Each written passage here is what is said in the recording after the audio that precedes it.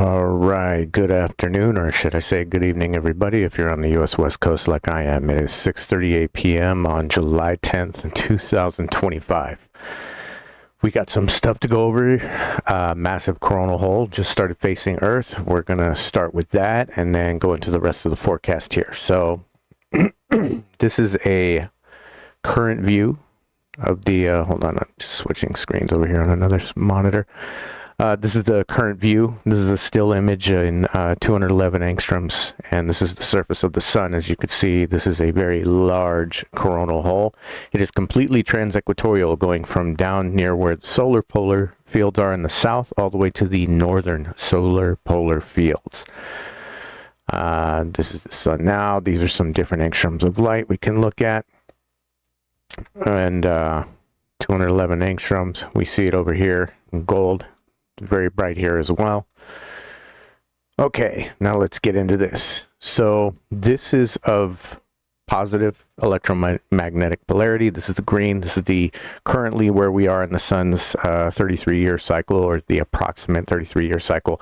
The southern solar polar field is of positive electromagnetic polarity, and the northern solar polar field is of negative electromagnetic polarity. So this big coronal hole that's facing the Earth, and it's going to be completely facing the Earth probably about 18 hours from now, when we'll start to see some seismic activity act up. If we don't start seeing it already, this area is already facing the Earth, and this coronal hole is going all the way over here. So the effects of this area right here on the bottom right almost looks like a thumb inside maybe a baseball mitt or something. This area, right, the forces from this are probably already mixing with Earth's interplanetary magnetic fields. So seeing some slight increase, but it's just only going to ramp up from there. And see, today is Thursday, so I'm thinking this is all going to peak around Sunday, Sunday-ish. I'll give some updates later, but we're getting pretty good at estimating when the peaks are going to be. So peaking around Sunday, going to be ramping up until then. I'd say from tomorrow night, Friday night through Sunday evening, again, U.S. West Coast time, Pacific Standard Time, I would say Friday evening-ish to about Sunday evening-ish is when we'll see things ramp up and peak around Sunday, maybe Monday-ish, and then slowly wind down. And I don't really see anything coming behind it, but that could all change. So let's move on to the mean sea level pressure here. It's been a while since I looked at this. Let me make sure I just got the right. Yep, MSLP, that's what you want. And let me get out of that. Okay, let's look around here. Let's see what we can find. So, not good for this area right here. Salton Sea area, Southern California, down into Baja, this whole region right here. A lot of high pressure cell activity rushing down into this low area right here. And if since we're here, let's look at the daily outgoing long wave radiation anomalies. Daily OLR, here we go. Let's expand that. And if we look over there, we do see some darker areas. These red areas would be the most concerning, like the highest risk. Again, here's the spectrum right here, going from positive polarity all the way to neutral, which is white. So anytime you see it get darker around here into this blue and then the purple area, those are the areas we tend to look at. Obviously, the red areas are the biggest ones. We'll come back to this area in a second, but since we're right here, let's finish this up. I would also put like the southern area of Mexico down by Guatemala. I would put them on alert. These areas tend to move around, so maybe El Salvador a little bit. But the very southern tip of Mexico going into Guatemala, I would put them on a medium risk for now.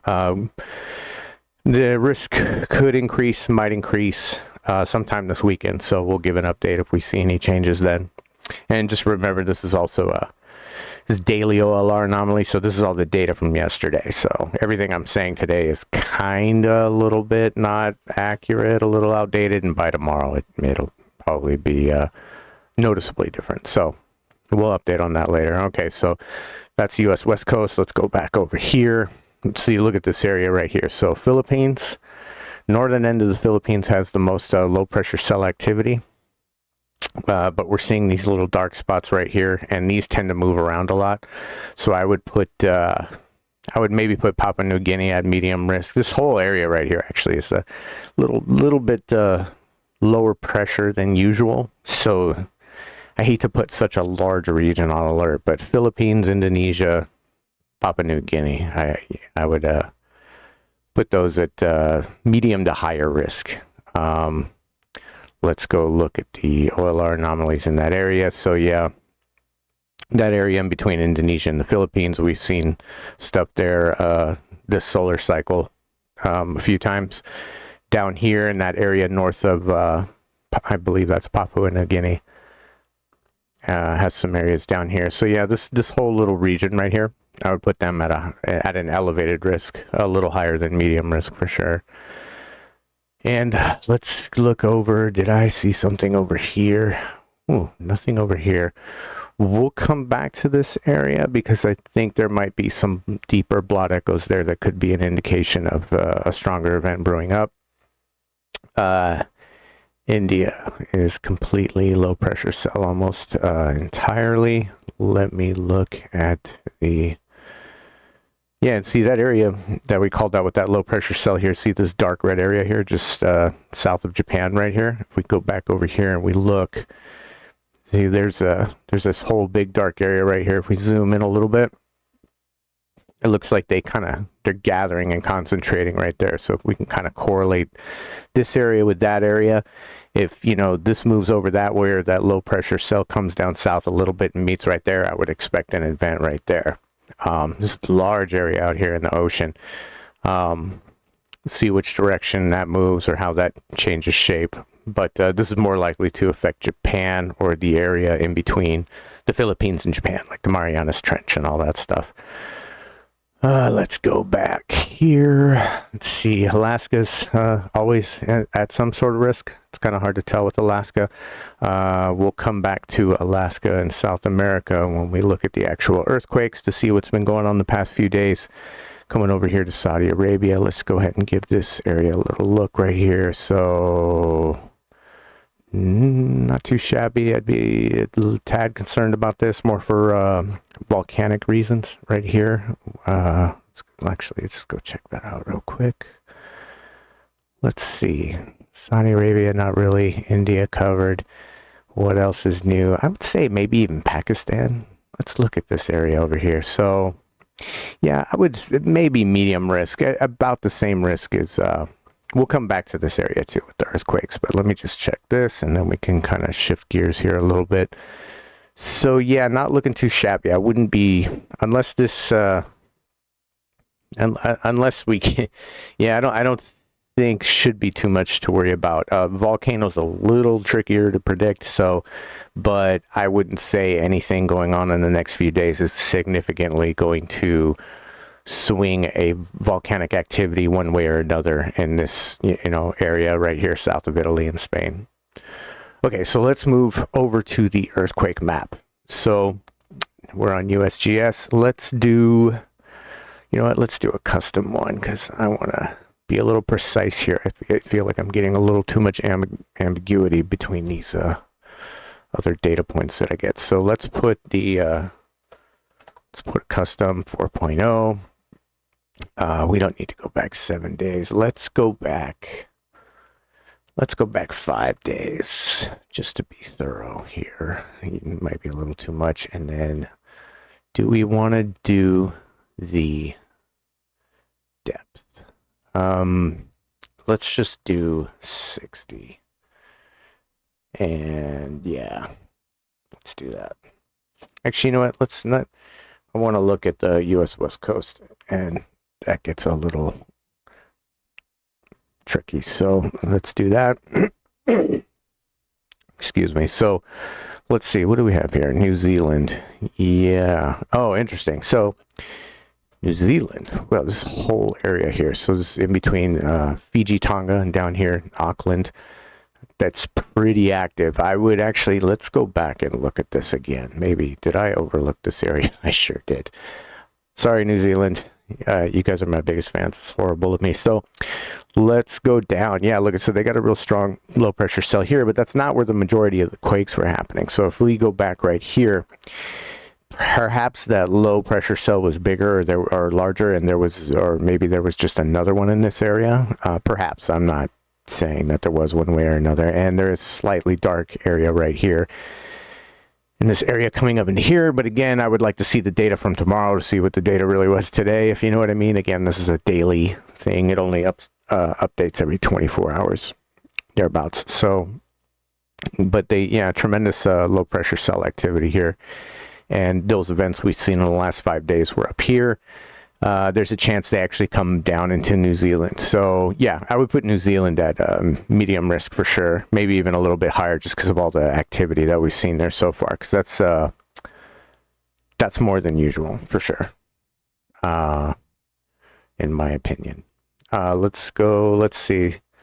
So that area south of Japan we were talking about, that's where the OLR anomaly data was. So that's not too surprising. And then this is where the low pressure cell activity was. If we look at this little cluster right here, and that is right where we were just talking about this area a couple minutes ago. They're coming in. It's all coming in from out here, coming from these higher pressure cells, feeding down to this area, and see how it's just kind of like spiraling and hanging out in this area right here.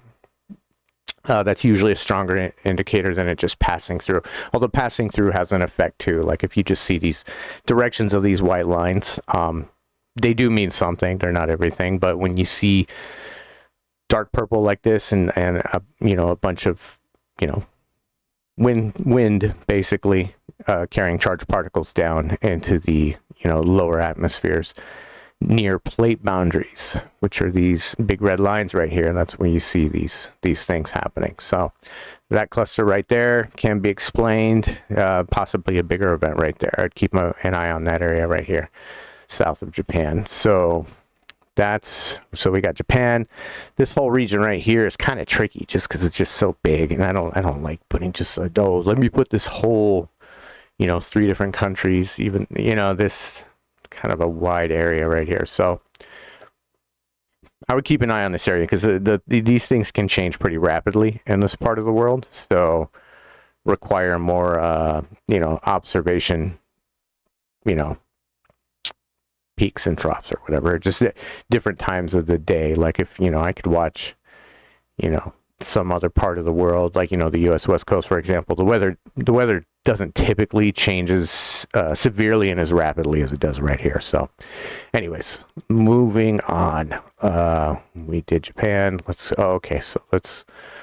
else we got here? We got some pretty active areas here. So we went over Japan. We got this little area up here too.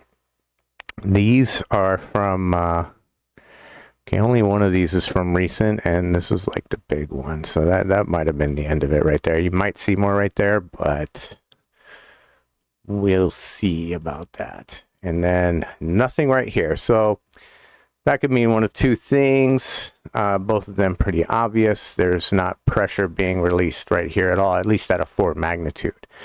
We'll change the magnitude of this surge because remember, this is only 4 magnitude or higher, as I said it. So I want to see if there's any kind of clustering happening here, because we can dive a little bit deeper and kind of like sharpen the resolution of magnitude to see what we're getting right there. But if we go back over to this area I mentioned, of very southern Mexico going into Guatemala, it looked like this is a few days ago.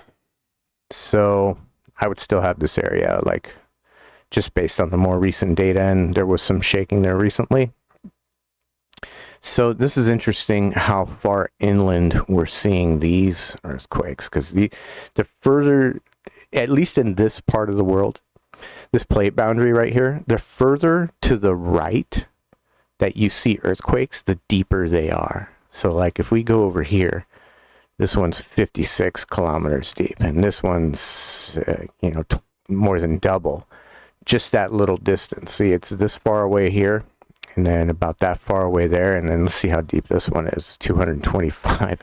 Can't imagine how deep this one is. 575. So like the reason why that is this is a good way to like kind of illustrate how this is a plate boundary, meaning that there's 2 tectonic plates that are colliding right here. And in this part of the world, see, wherever you see a plate boundary, one of the plates is going underneath the other plate, and vice versa. One of the plates is resting on top of the other one. You got to think they're kind of like layered one on top of each other. They're not just like bumping into each other like flat surfaces. They're kind of, one goes underneath the other. So when we're looking at this in South America and even up here in North America, the Pacific plates are sliding underneath the plates that are underneath the landmass.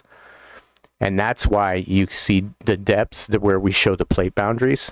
The further away to the right you get of the plate boundaries, the deeper these earthquakes are. So this one's next to the plate boundary. It's only 39 kilometers deep.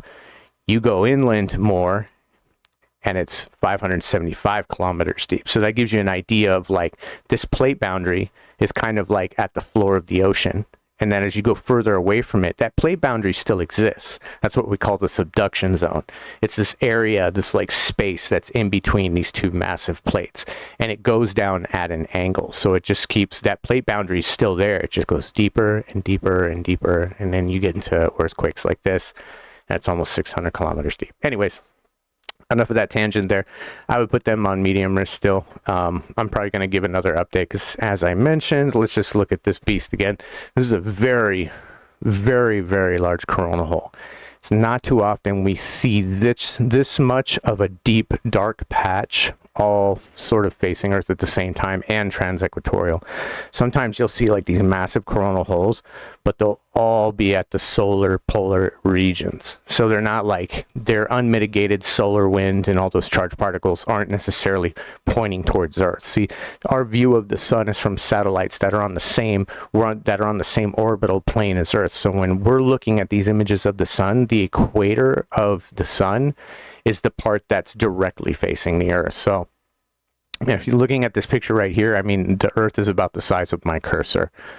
So the further you get away from the equator, the more of an angle these things have. And they are traveling through space, so they don't really have like an angular focus as, you know, say like a laser or like a beam of some sort. It's more, it kind of fans out just a little bit, so we still get the effect, but there's also the electromagnetic effect, not just the solar wind. It's a little complicated, but maybe one day we'll go over that. I'll make some visualizations on it. But very large coronal hole, very powerful, facing Earth now. We should be feeling the effects of it relatively soon. If we don't feel them today, we definitely should start feeling them by tomorrow, and this weekend should be peaking out around Sunday, as I mentioned, as far as I could tell. So it's just look over here in this area of Europe right here. So how long ago was this? This is on the 7th. This is 4 days ago. This was 2 days ago. Or this was 2 days ago.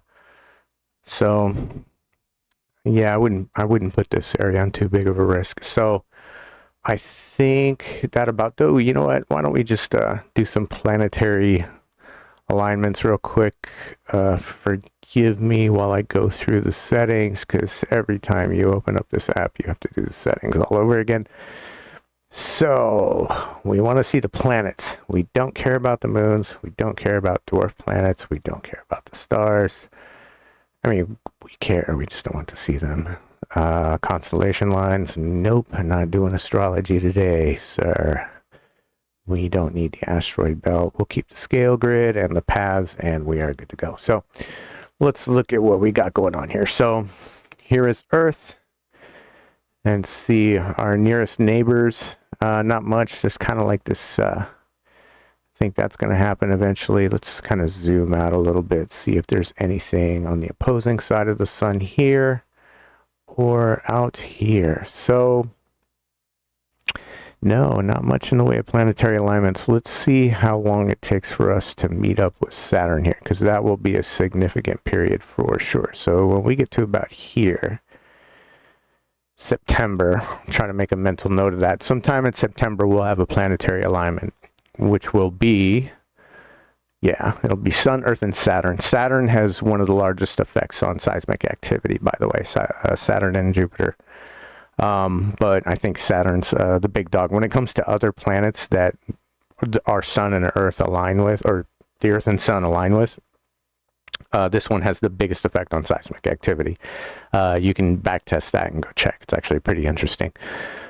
So September, but for now, doesn't look like any planetary alignments, but that's neither here nor there.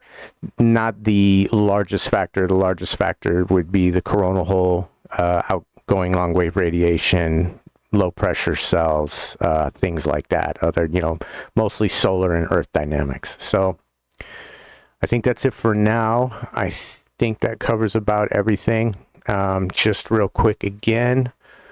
The areas we're on biggest alert, I think, would be New Zealand-ish, all the way up here into Tonga, Fiji. This region right here is kind of hard, but somewhere in this region, and then definitely Japan and maybe even this northern part up here that's actually Russia. I hate to say medium risk, even because there's no events. Why don't we just do 7-day, 2.5 magnitude and see what we got going on here. So this area that's always active is active. Okay, who cares? And yeah, I'd say a little more active than usual, but actually no, this is actually kind of typical. But I'll monitor this area. I would put this area right here at medium risk, but I would definitely say southern Mexico and this area right here in Guatemala probably higher risk. And then we got South America, this area right here, which is, Chile, Peru, Bolivia. It's really weird seeing an event this size, like that far inland. But hey, but again, Peru, Chile, maybe Argentina and Bolivia, this area right here. And then we already mentioned Japan and maybe this kind of area right here.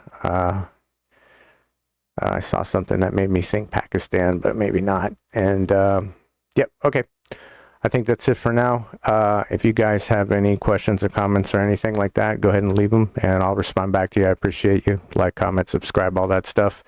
Quake weather out.